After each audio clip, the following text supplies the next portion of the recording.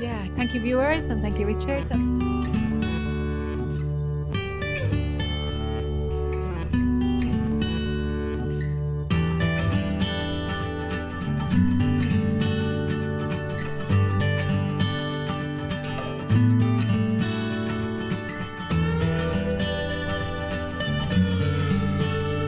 Hello. Bye-bye. Bye. I have a question. What is happening in my life right now is it seems like many things from many angles, father, different issues and business and children and so forth and so on is happening. In the past, they kind of rolled on each other. Now they seem to be happening all at the same time. And at some point, what happens is one moment I'm feeling like, oh, this is life playing out, or I have just these great learnings coming to me, and then I have a period where it becomes so overwhelming. Um, it's very, very difficult to even make a decision, and yet the world or life requires a decision at that time. And I'm a type of personality where it's very easy for me to make decisions, and now I'm finding it very hard for me to make decisions. Um, so at the moment where I sit right now, it seems like a lot of fear is coming up as to looking at anything that seems to be firing towards me. So there's a few things that seems to be going on for Maggie at the moment. But the first thing I want to talk about is decision making, because the ego makes it can make some decisions a huge issue, and it is the nature of the mind to doubt. So we doubt our capacity, our clarity, we doubt that we make the right decision. It's just doubting. It's exercising the capacity to doubt. It actually has nothing to do with what will happen or the outcome. It's just exercising doubt. So seeing mind as these components of activity, different thoughts that we tune into in every moment, we can actually peel back the mind so much so that, you know what, let's say mind is not involved in making a decision at all. Now mind will fight this and say, of course I have to make a decision, it's my life and a decision must be made. Something deeper within you is already moving towards the action beyond the decision. Now, mind doesn't want to hear this because it makes mind redundant. But that which you are is moving anyway. Sometimes, if we can just stop the busy mind that feels the weight of responsibility, if that can just, okay, mind, I hear you, but I'm not going to use you for this one. If there is an ability developed there just to say, okay, mind has its reason, but let's see if an answer comes from someplace else. Now, if tomorrow morning you're saying, oh my God, an answer hasn't arisen yet, then surely mind hasn't gotten out of the picture. But, you know, maybe it's even in your intuition. If there is something deeper that can be tuned into to make a decision, it doesn't become so frantic. More trust is required, more patience is required.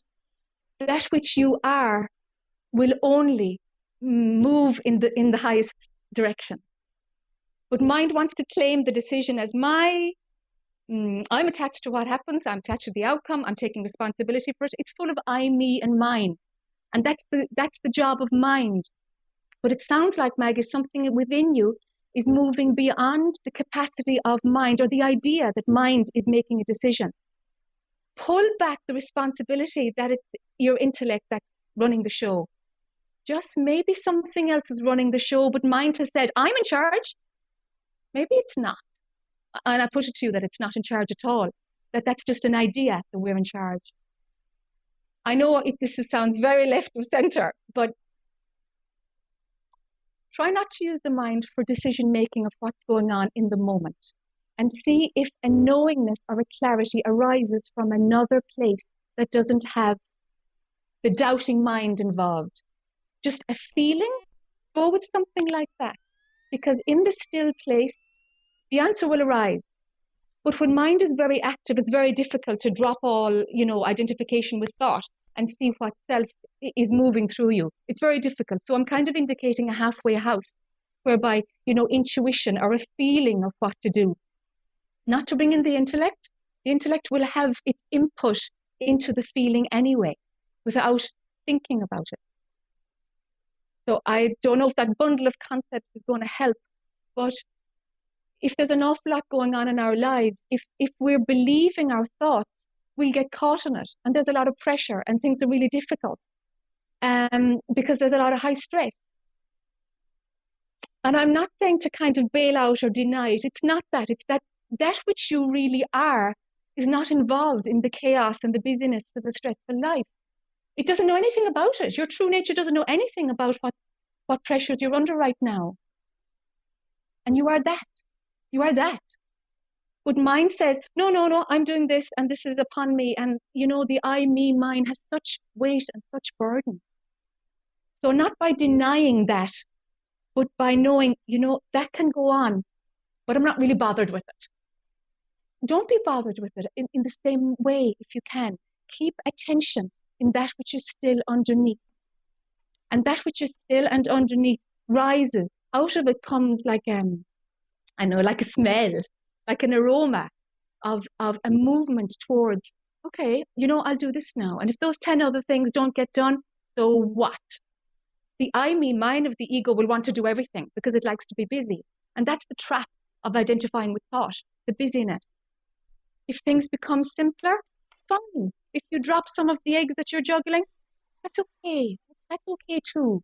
Something will work its way out.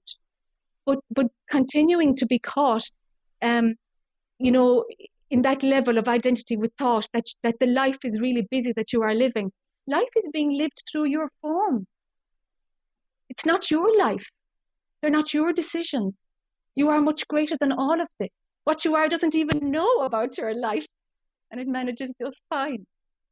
So dropping your awareness into what you really are, resting in that place. Everything flows from there. That's the origin of all. But superimposed upon it, we put mind. And mind claims it all as its own. So pulling back before that ownership kicks in, pulling back before mind says it's my life and I'm busy and I have to take responsibility. The one who is saying all that is just an idea who thinks she's living a personal life. Even that's not true. Even that's just a thought running in consciousness. Don't make it yours. Don't make it yours. But rest in that which you are. And from there, your body will move. But it will only do what is necessary. Because there will be an economy in all action that comes from the stillness of what you are. It knows no stress. It knows no sense of the burden of responsibility. But it is all things. It embraces all things. And maybe it cannot be made right. Maybe just trusting that things are going to work out the way they will because we don't have control. We don't have control, but we desire to have control to ease suffering, to make it gentler for everything, for everybody. But we don't have control. It's so limited, really, the idea of control. It just kind of comes in and feels good when things work out the way we want it. It's just desire shifting things, desire and ownership. It's control. But so many things we cannot control. So what you already can't control, well, don't let that upset you. Drop that one. So let the pressure of control pull back because you don't have control over any of it. You don't have control over any of it. You can only play your part. Let what is moving through you move through you. But the burden of thought that's going on top of whatever is happening right now, that can be removed. That is where you can do something.